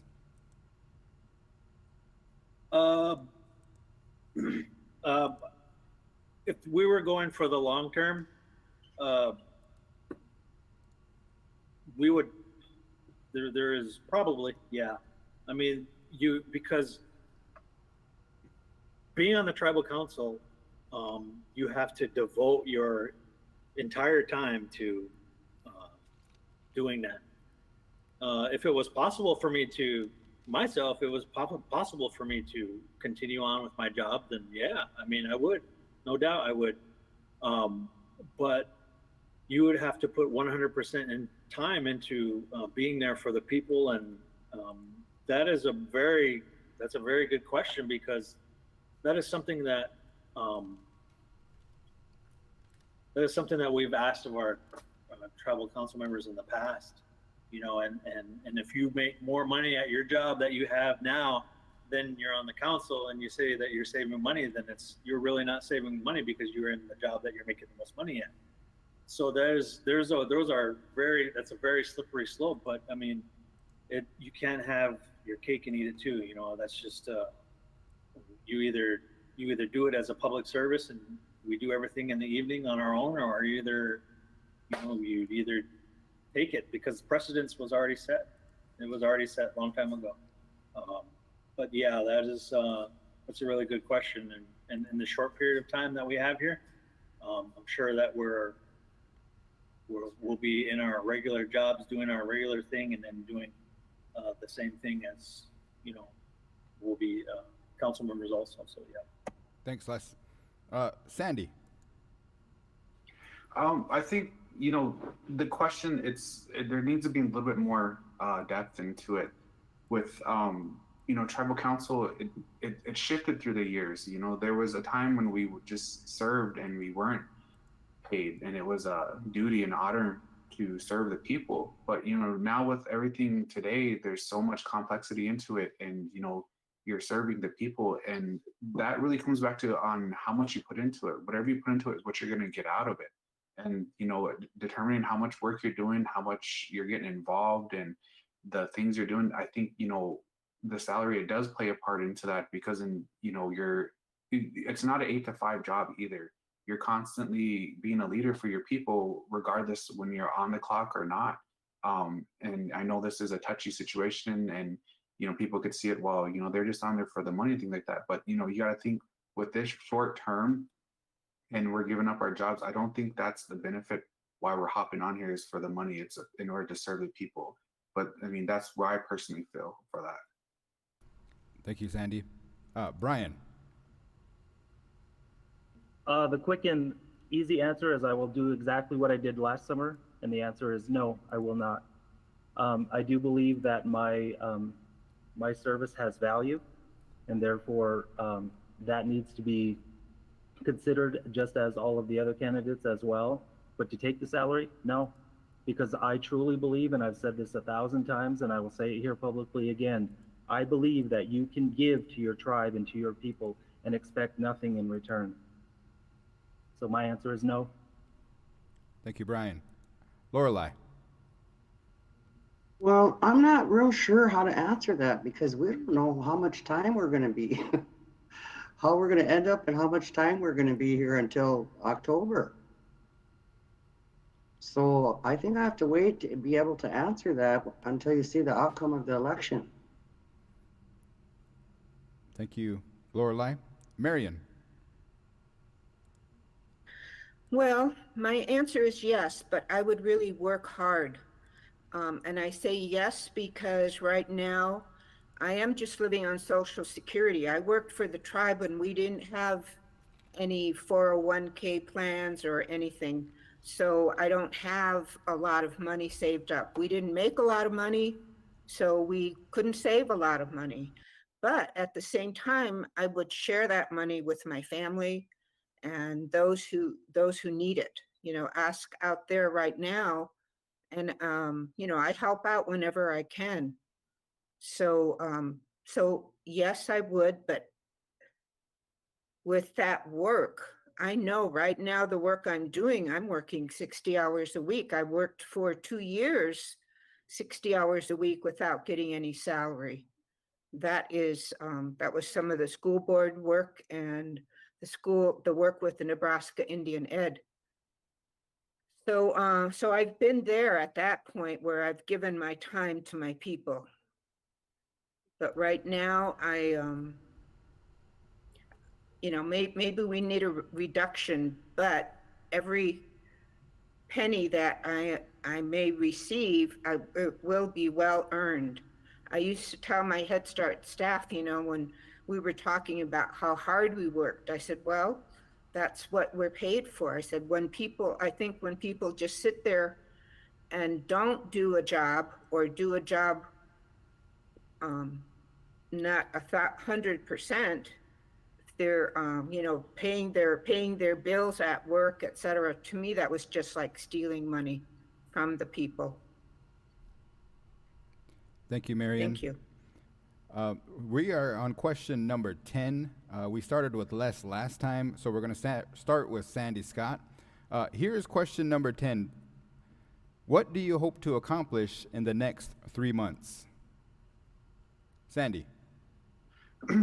Well, my platform, one of the reasons I was running is to create unity with the council and the community members, and I really want to dive deep into the policies and see if we can amend those to create more opportunities for the community to be involved with those decision makings, and to also, provide an outlet for community members to come in and express themselves, and and continue, valuing their voices and have them be heard. But another thing is to keep working with the education department. Currently, I'm under the education department, and I've been working with Amy and some of her crew, and we've been working and making some strides towards education. And currently, one of those opportunities we're working on is the education code that will unify and affect all education entities on the community. And we've been working with the St. Augs, we've been working with the WPS, and just kind of getting those things going. And one of the goals for that is to incorporate language and cultural on top of the state standards that Nebraska has. And that's something that we're working on, and I'm really passionate about. And we're actually have a rough draft of the education code, and that's something that's going to go out for people to see and to give their feedback as well. But those are kind of my two main goals that I have for this short term. Thank you, Sandy. We'll go with Brian.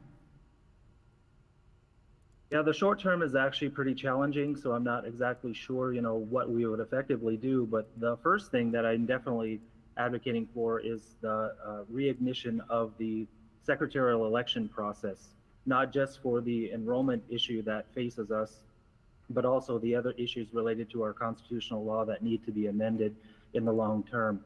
Will we necessarily get those things done in that time period? No, absolutely not. The secretarial election is going to take at minimum 6 months even to get started, but we can shoot the gun and get the race underway. Some of the other things, though, that what I will advocate for immediately is open meetings. I believe that it's time that our tribal members have the ability to face their representatives again, even if it's held in the gym with appropriate social distancing. The behind computer screen thing is over, and it can be done in different ways. And so that is definitely one thing that I will advocate for on day one. The other thing too is with the secretarial election, I want us to be able to bring a vote to all of our people. Again, these are things that are much more long-term, will not be accomplished in the 2.5 months that we may have, but with the secretarial election being the key to that, we can start that process. Another thing with this as well is because of my experience in what we've done in the past, I bring the ability of the tribal membership to have an understanding of what we're doing operationally. One thing that I wanted to touch on in the past is I do not believe in micromanagement. We have an organization with experienced, educated people, and I believe we should give them the opportunity, and we owe them the opportunity for them to do their own jobs. The tribal council oversees what we do from a governmental issue through my perspective, not to sit and tell individual employees what they should and shouldn't be doing. The council has no place in doing that, and that's not what I represent. Thank you. Thank you, Brian. LORELEI. I think surviving this pandemic as a people is at the top of our minds, or should be. I'm concerned about our school system. I'm not a parent, but I have grandchildren that go to school. And I haven't heard a plan about how we're gonna go forward with school. And I'm worried about my grandchildren, and I'm worried about everybody else's families. Because it doesn't seem like having full classrooms is even in our future, at least until they get a vaccine. So I'm worried about how we're gonna get our kids educated at the same time as preventing the spread and preventing more deaths in our community. So to me, that's surviving the pandemic as the Ho-Chunk people is at the foremost of, I think, all of us are thinking. And how we continue to operate, move forward, serve our people at the same time as preventing the spread and preventing more death. So I guess that's kind of foremost at my, and I'm just wondering, is the school reaching out to parents in some way about what, so together we, get it figured out, what are we gonna do with school? Anyway, that's kind of my thinking. Thanks. Thanks, Lorelei. Marian. Okay, well, you've heard me say it before. It's a data management plan so that we consolidate and aggregate that data. And Sandy sort of knows what I'm talking about because I shared a lot of that data that I had gathered with him so that they could use it for whatever needs the education department has. Second, I would reaffirm our sovereignty. In the last couple of years, I realized that our state does not understand, our state doesn't have a clue basically as to what sovereignty is, what tribal consultation is. And if we're going to try to move the mantle on gaming, then we're going to have to work with the senators. I just had a meeting yesterday with Senator Groney's, the Education Committee, and hoping to go ahead and promote our Native Education for All. We had approximately 130 inclusions into the state social studies standards to include Winnebago removal. A lot of people have heard me talk about that. But before I run out of time, I want to let LORELEI know that, the school has had a plan, but that keeps on moving because everything is changing.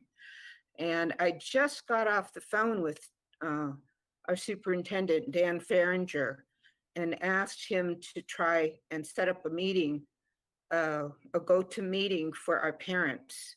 And he's agreed to do that on Thursday at 2:00 because, we all are scared. One of those people on TV was talking about they don't want their kids being a guinea pig. Well, we don't want our kids being guinea pigs either. But, the decisions we might make next week might change the week after. But I hear you. Thank you. Thank you, Marian. Les.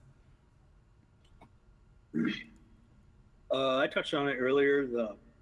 Take a look at some of the policies that put us in the place we're at now. Try to take a look at those and hopefully make some improvements on it. Another thing that I think we should do is,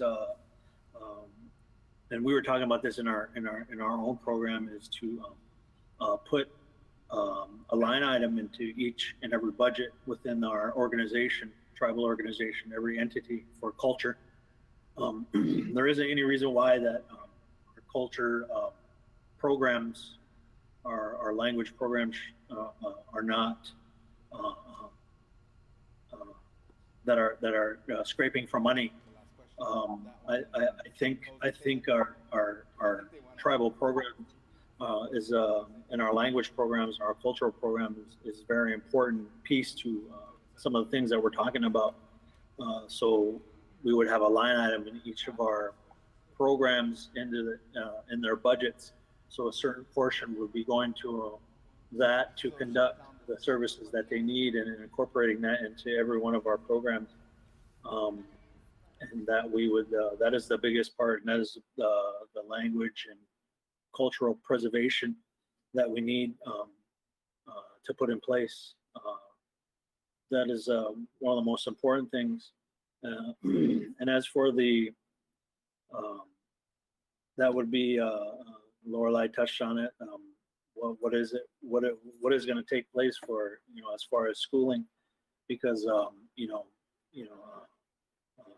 certain families, a lot of their kids have certain conditions, medical conditions that that they're susceptible to this coronavirus, and it's very life threatening, and like other parents out there, I'm afraid for my children, and I just would like to know what's going to take place. And Thank you, Les. At this time, we're going to go on to question number 11. We started with Sandy last time, so we're going to go to Brian. Brian, here's question number 11. What will you do to ensure transparency and integrity? Do you think this council has been operating with integrity? There's two parts to that question. I'll take the last part first. The answer is no, I don't, because you can't claim to have integrity when you operate outside the law. These two seats are open because of something outside the law. And then also the way that the candidacies were allowed to go forward is definitely outside the law. And so therefore, no, you can't claim integrity. For me, the insurance of it is what I do every day. Every day, I make sure that we operate according to the plan that we have, that everybody who is involved understands where we are with it, that they also have a deep understanding of why we're doing what we're doing. And these are just parts of the way that I operate every day. Integrity means something to me because if we have rules that are capable of being ignored because of who it is, then none of those rules mean anything at all. And so therefore, if we're going to have law, if we're going to have policy, then we need to make sure that we adhere to that. But at the same time, not forgetting that we're dealing with a tribal membership that may not understand those things. So the empathy that goes into it is never lost. There's a lot of stuff with this, and the transparency part of it is something that I don't see as well. I heard about the call, even in the inauguration, where there's going to be monthly reports. I've seen two. So if you guys want those, then put it forward and it will happen. But if that's okay that somebody can say that to you, but then not deliver, then at the same time, you can realize how their integrity falls with it as well. So there's a lot of things in this. The one question that I have at the end of this, and it was my understanding this was over at 7, Garen, and we're approaching that. Correct. We're trying to get you folks out of here as much as possible. And yep, we are trying to end this at 7. So we thank you for your response. And we are going to go to the next candidate, LORELEI. What was the question?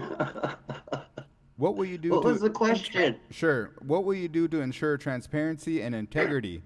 Do you think this council has been operating with integrity? No. That's why we're having an election. 2 tribal council members that were elected by the Winnebago people were removed because of their spiritual beliefs on their hair. And they were removed for being Indian and thinking Indian. That's not integrity. That's politically silencing 2 voices from that table. And you know what? I always hear that word transparency and I think buzzword. My thing is tell the truth and be open and honest. That's all you got to do. That's the way I think. Thank you. Marian. Yes, I think this council acted with integrity because when people don't follow the laws and the rules more than one time, then then they have to face the consequences. It didn't just start with the hair follicle test. It started with random testing way before, and then that moved to the hair follicle testing. At this last meeting, we were told that the swab test could have done something, would have accomplished the same goal. Now, I think probably if that would have been presented to the council beforehand, they would have agreed to that. Nobody wants to give their hair. But at the same time, it's so, it's such a minuscule part. But yes, I think they had to do what they had to do. When no one is above the law, we've all heard that. But,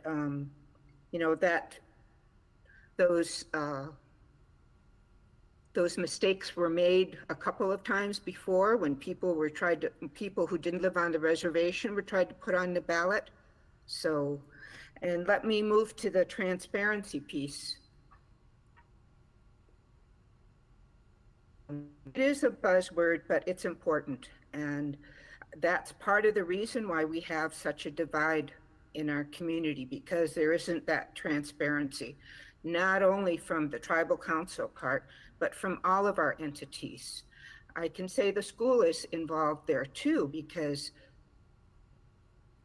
I didn't have a clue about our children's scores until I was going to outside meetings, attending meetings, state meetings. Yes, I was traveling, but I was wanting to be visible, to remind people in the state that we are still here.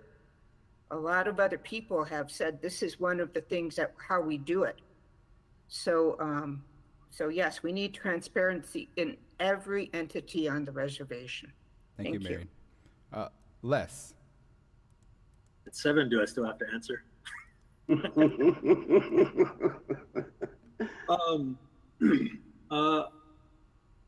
I guess integrity is if you're doing right when no one is watching. And I myself, I got bits and pieces of what has taken place up until a couple months ago about the drug testing and the transparency part is. I hear that a lot. I've heard that a lot past 10 years, coming from the tribal council about transparency. It doesn't really matter what they tell you, as if we're and I guess it's if we're all on the same page, as far as the membership. Sometimes we don't like to hear what they have to say. Even when they are transparent, we still doubt them. That's we have to come together as a membership, and if that's something that we want to hear, because when people talk about certain things in our like, since we're talking about our tribal council, those are certain things that is my time over, or you didn't start it? You got 20 seconds. Oh, okay. I'm going to start the clock because I keep going. No, but yeah, that's just. I guess there is no real answer to that, because is it something that you want to hear? And I know we want the truth in all aspects, but is it really how you're going to interpret that? Thank you, Les. That's what you have to ask yourself, if that's what you want to hear. And as far as integrity, if they follow the Constitution, then yeah, if they follow the policies that were put in place, then yeah, then their integrity is if that's what they did, that's what they followed. So, Sandy. I think, the question is what we have to look at. It's those types of questions that divide us, and it's happened and it's in the past, but we have to reflect on it too.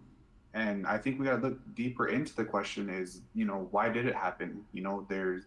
is it because of the election code, or, is there no policies in place and that's why it's happening? Those are the things that we need to ask ourselves and look into. And once we have those policies and those procedures in place, situations like that won't happen. And so that's kind of my answer for that. But as for transparency, myself, if I'm elected, I will provide monthly reports. And that's not just saying that I'm going to do that, but I think that's one thing that the people are concerned with is we have these elected officials in there, leading the tribe, but what are they doing? What progress are they making? What projects are they on? What committees are they on? How involved are they? Those are the things that we need to be vocal with our tribe, because then ultimately it's been said numerous times through candidates that we are a servant of the people and they need to know what we're doing, but also knowing what we're doing, but have a say and suggestions. So that's kind of where I stand with that question. Thank you, Sandy. Candidates, appreciate everybody being on here today. We're going to give you an opportunity, starting with Brian here, just to give a 1 minute quick wrap up. And if any of the voters have any questions for you, I'm not sure if you guys are going to be set up tomorrow in an area or if you guys are going to have a virtual form due to social distancing. But Brian, closing statement, you got a minute. Okay, first of all, again, thank you to everybody that had a hand in putting this together, and thank you to anyone out there that may be listening to this. So you're aware, I cannot see who's watching, and I can't even see if anyone's watching. So if you are and you took the time to review all of this, thank you, because I know this isn't necessarily the best way you're going to want to spend a summer evening. But with that being said, I want to leave everybody with a message of hope. I have sat at our council table 3 times. I have taken that oath 3 times. And in each of those 3 times, I have upheld my oath to the fullest of my ability. And with that being said, that's something that I will continue to do and will do again if you choose to elect me to one of these council seats. The other thing is the last message of hope. At the end of May, I contracted COVID, and I want everybody to know that you can make it through. It's going to be some tough days, and there are definitely things to be afraid of. I understand that, but my message is of hope. You can make it, because I did. So good luck to us all. Thank you. Thank you, Brian. LORELEI. I just want to say thank you to everyone, to the candidates. I like it for you young people, Garen and Cassie and our other college students, for putting this on. I love your knowledge of technology. And I just want to say thank you to the Winnebago people that are watching. I know we're going to survive. And all my relations. Thank you, LORELEI. MARIAN. I too want to leave with a message of hope. When we gathered our Nebraska Indian Education Association together at the end of February, I was looking for a quote or some messages, and I found that from a tribal consultation that was held in 2010. And as a matter of fact, that was the very first tribal consultation that the Department of Ed ever held with Indian tribes. So that could be an inkling as to why we are in our, why Indian education is just now gaining ground. And that was a message of hope, because even though we may be, everyone may feel like we're divided right now, we see each other coming together in times of real need. And the politics are put aside and our cultural beliefs keep us in good stead. So I want to say that tomorrow I am going to be set up south of the fire hall, but because of COVID-19, we're not going to be serving food. We're going to come by and get a little bit more of my platform, have a cup of coffee or have some water, and I'd be willing to speak with you a little bit longer now. I think I'm not as good of a public speaker as I could be. There are so many years that, as a woman, I didn't get up and speak in functions. And when my brother John Cloud died, that was the first time I ever spoke at a meeting. So, but the thoughts are always going. So pinagigi to everybody. Have a good evening, and again, keep our mourners in our heart. Thank you, Marian. Les, 1 minute. I'd just like to say thank you to Little Priest Tribal College, Winnebago Tribe, Nebraska, all the candidates that took time out of your lives to be a part of this forum this evening. I just want to encourage our tribal membership, those that are eligible to vote, get out there, exercise your right to vote for, whoever you think is the best possible candidate for this this up and coming election. I know that these are unprecedented circumstances, especially, our tribal council has been hit with the past couple of years with, traumatic loss that has kind of pushed our government to the limits. But I encourage each and every one of you to get out there and vote. And, I wish safe and healthy prayers to you. We've been trying to do that every day. Pray for our people. Utilize cedar and everything like that, and just to encourage each and every one of you along, every way possible.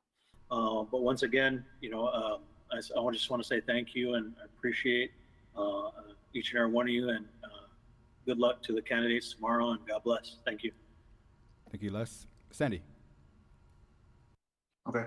Well, thank you guys. Thank you very much for attending the virtual meeting. Appreciate the questions. I would just encourage you to use your voice, and even if the individuals that you may not voted for end up in office, still use your right and your voice to be to those meetings and talk to your councilmen and women and have that open conversation with them. Just because your elected officials don't get in there doesn't mean your power ends there. So keep on, fighting a good fight. I will also be serving a meal tomorrow. Location will be determined soon. I'll let people know. And I'm thinking about having a virtual Q&A for tomorrow if there's more questions that you want to know. But just want to say, we need to come together. We need to eliminate the division. And, history's even shown it that, we've survived together through the 5 removals and everything. And how did we do that? We did that together. So, keep that in mind when things are happening. We're all one people at the end of the day, and sometimes we forget that, but keep that in mind. But have a good evening, and thank you. Appreciate Little Priest Tribal College for hosting this. Cassie Kitchian, the class up there, the summer class, and also reminder, polls open tomorrow at 8 a.m. and they will close at 8 p.m. at the Whirling Thunder Wellness Center Gymnasium. And there will be safety protocols in place, such as a mask requirement, and CHRs will be available at the front doors if any of the elders needs assistance. And folks, keep up to date on the Winnebago Tribe's Facebook page. The results of tomorrow's election will be posted in the front window of the Blackhawk Center as soon as they're tallied up, and then we'll also post that on Facebook. Thank you, candidates. We appreciate your time this evening. Good luck to you, and we appreciate your efforts for serving the Winnebago Tribe of Nebraska and the membership. You folks have a good evening, and God bless.